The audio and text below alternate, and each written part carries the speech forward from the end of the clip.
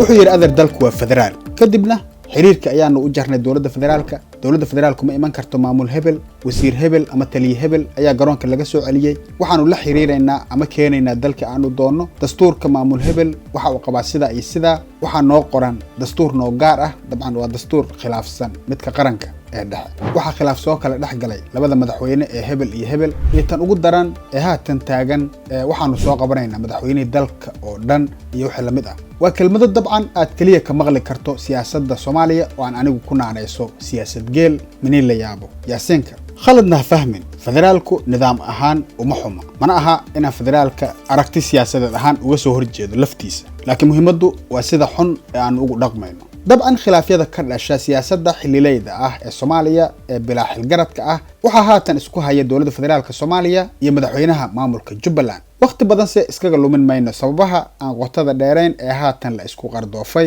sidoo kalena muraad kama lihin taageerid iyo mucaaradid toona balse waxaanu si guud shaqo ugu seenaynaa falanqaynta xididada xasarada nidaam federaal lagu sheegay oo nala ku wargeliyay in Soomaaliya lagaga dhaqmo laakiin aan abid horay dunida loogu arag wax loo dhigo oo ku dhadhan ah amaba u dhow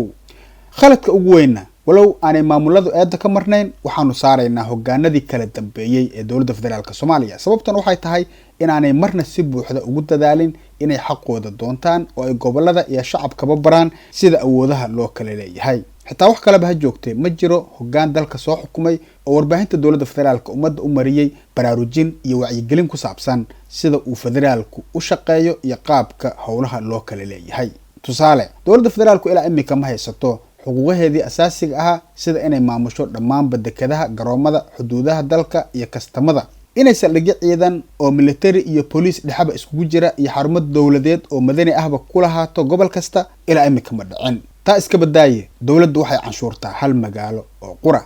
sidoo kale in maamul kasta la baro in xukunkiisa maxalliga uu toos u hoos tago dawladda federaalka Soomaaliya xitaa hadii uu dalku federaal yahay marka meelo badan la eego balse taa bidaalkeeda mar dhexdeer ah ayaba madaxda dawladda federaalku bilaabeen inay kobo waaweyn u tolaan madaxda maamulada oo ay siiyaan awoodo aanay xaq u lahayn sida haatan looga dhigaana ay adag tahay bal dhageysto qiyaas in madaxweynaha maamul goboleedku uu noqday ninka wax laga weydiinayo soo xulista xildhibaanada iyo senatarada galaya labada aqal waxa taa ka sii daran oo aanu ognahay in xilalka kale ee waaweyn sida ra'iisul wasaaraha iyo wasiirada kula gorgortamaan madaxda dawladda federaalka marka isweydii yaa sareeya barasaabka gobolka ee mansabka madaxweynaha lagula kufay iyo xilalka qaran ee aanu soo sheegnay waliba ragga siyaasadda noocaasi ah dhiirigeliyay waxa kamid ah isla madaxweynaha imika ee Xasan Sheekh oo isaga haatan ishayaan Axmed Madoobe oo uu shalay khalad ku taageeray waayo dawladda federaalku ma laha mabda siyaasi ah oo cade marba waxa lagu xukumaa siyaasad golo ka fuul ah oo hadba ku xiran sida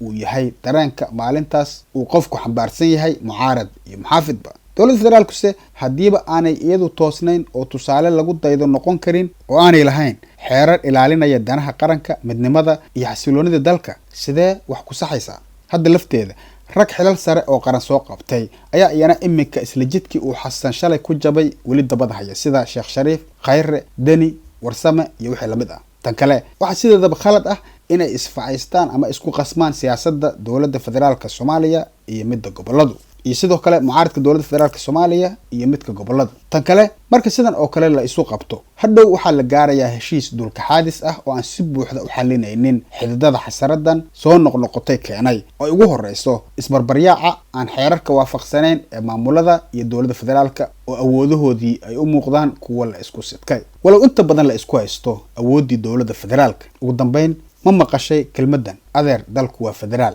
waa kelmad kale oo dabcan caan ah isla markaana halays u ah madaxda maamulada iyo shacab sheega inay federaaliyiin yihiin laakiin aan isweydiinin su'aalahan milyanka dollar ah ee soo socda sida loo fahamsan yahay